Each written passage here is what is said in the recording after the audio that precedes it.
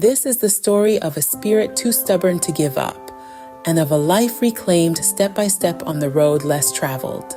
Dianne had always been an avid runner. The rhythmic patter of her shoes against the pavement was her meditation, the wind in her hair a gentle salve to her worries. Then, one ordinary morning, what she had dismissed as a persistent, nagging ache in her leg changed everything. After weeks of discomfort, that morning, as Dianne tried to get out of her chair, she was gasping for air. She could hardly breathe, making it difficult to stand. She heard a voice in her head telling her to go. Without hesitation, she got into her car, with the grace of God, drove herself to the hospital 7 minutes away. Within minutes, she was in the emergency room, a grim-faced doctor explaining that a deep vein thrombosis, DVT, had formed in her leg, and a part of the clot had broken free and traveled to her lungs, causing a potentially fatal pulmonary embolism, PE. The world as Dianne knew it crumbled. Emergency surgery followed, a whirlwind of beeping machines, hushed voices, and blinding lights. The doctors managed to remove the clot just in time, saving her life, but the road to recovery stretched unbearably long and winding before her. Confined to a hospital bed, Dianne faced the most daunting challenge of her life. The physical pain was immense, but the psychological battle was even tougher. The fear of another clot haunted her, making her question if she would ever feel the freedom of running again. Months of physical therapy followed. Each step was a victory and a battle.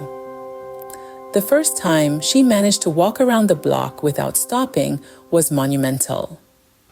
Dianne kept a journal, documenting her fears, her triumphs, and her gradual return to health.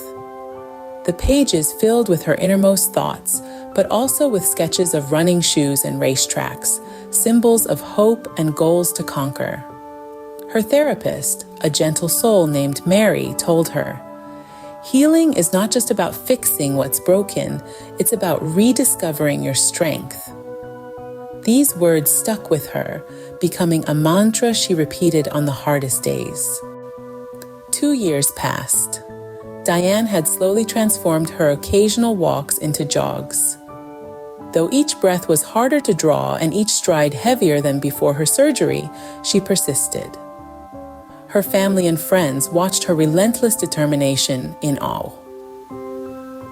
She spoke less of fears and more of futures. Then, 2 local charities announced a 5K run event on 2 consecutive days, something in Dianne. It was a chance to prove to herself that not only had she survived, but she had overcome.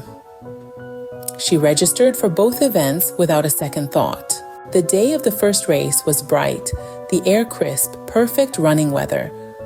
Dianne lined up with hundreds of other runners, her heart pounding not from fear, but from exhilaration.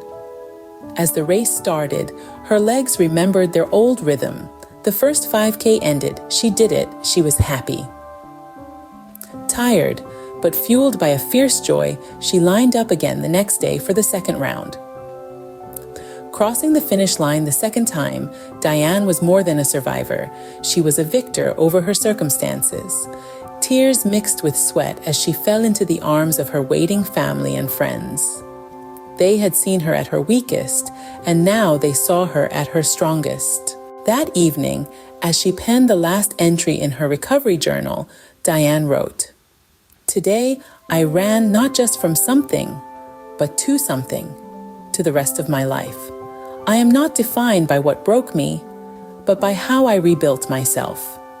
From that day on, Dianne knew no matter the challenges ahead, her spirit, proven indomitable, would carry her through.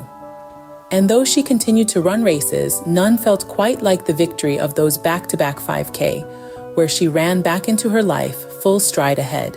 Thank you for watching. Remember to like, share, and subscribe.